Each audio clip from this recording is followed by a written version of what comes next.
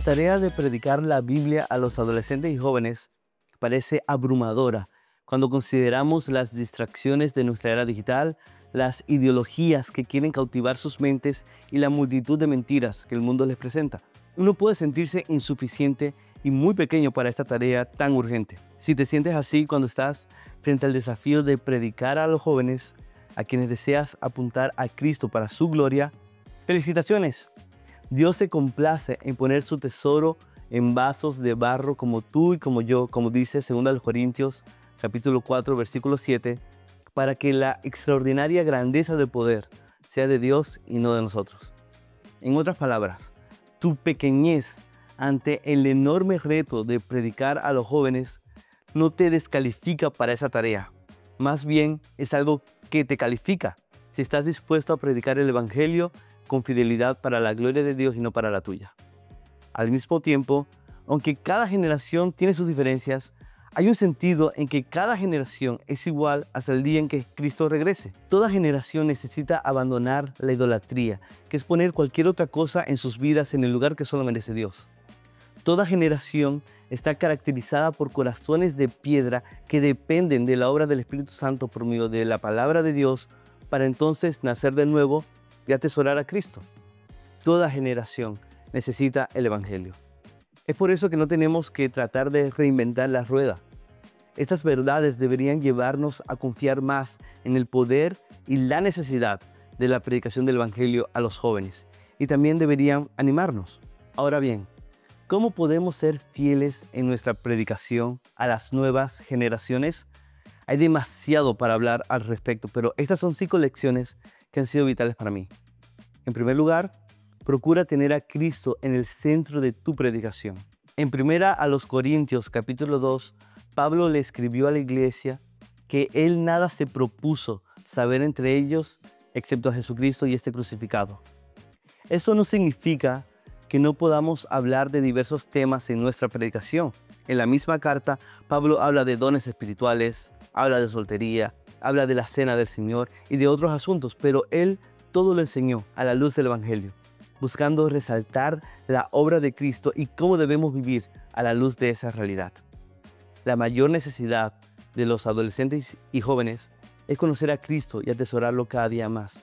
El Evangelio es el único mensaje que traerá salvación a los perdidos y edificación a los convertidos, por lo que deberíamos confiar en el poder del Evangelio y demostrar esa confianza en nuestra forma de predicar, como Pablo lo hacía en los primeros versículos de 1 Corintios capítulo 2. Segundo, explica el vocabulario que uses y busca contextualizar tu enseñanza sin abandonar la fidelidad a la Biblia. En nuestra época postcristiana, las nuevas generaciones no saben en realidad qué significan muchas palabras que son comunes para los cristianos. Palabras como justificación, pecado, santificación, bendición y muchas otras. Debemos ofrecer definiciones teológicas y expresiones abreviadas en sus propios lenguajes para que nuestra enseñanza sea entendible y pueda penetrar en los corazones de las personas y los jóvenes puedan verse incluso animados a traer a sus amigos no creyentes. Por ejemplo, vuelve atrás en el video y mira cómo definí rápidamente la palabra idolatría cuando la mencioné. No asumas que los jóvenes saben a qué te refieres cuando usas un término teológico, pero tampoco les des una definición cargada de más lenguaje extraño para ellos. Tu meta no debe ser sonar muy intelectual, sino ser claro y accesible. Por ejemplo, en el libro de Hechos, cuando Pablo predica el Evangelio a los judíos, él suele hablar del pecado como el quebrantamiento de la ley de Dios. Pero cuando Pablo predica a los no judíos, que no conocen la enseñanza del Antiguo Testamento, personas que no están familiarizadas con lo que dice la Biblia, como las nuevas generaciones a las que tú y yo predicamos, Pablo entonces suele hablar del pecado primero como idolatría, la cual también es otra forma bíblica de hablar de ese asunto. Pablo buscaba contextualizar su enseñanza y lo mismo debemos hacer.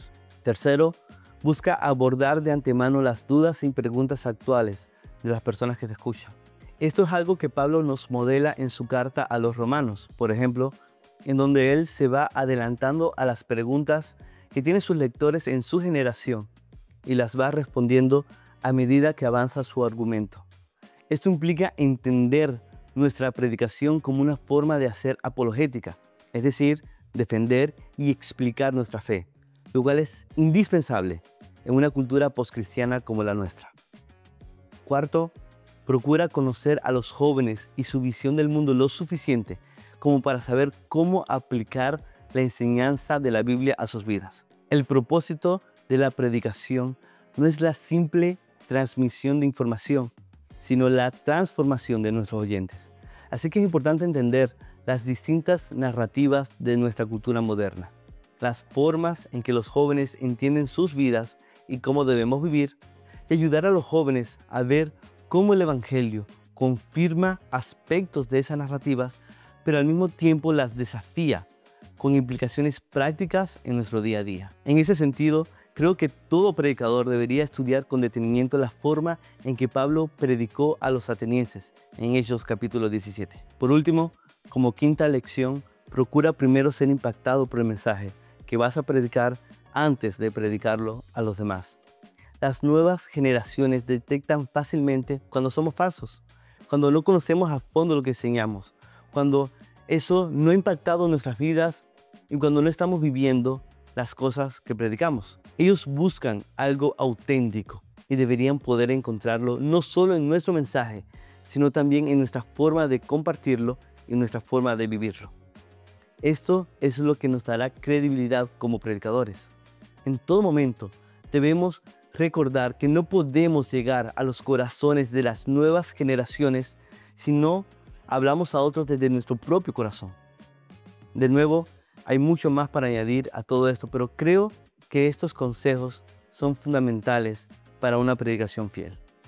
Te animo a perseverar en esta tarea.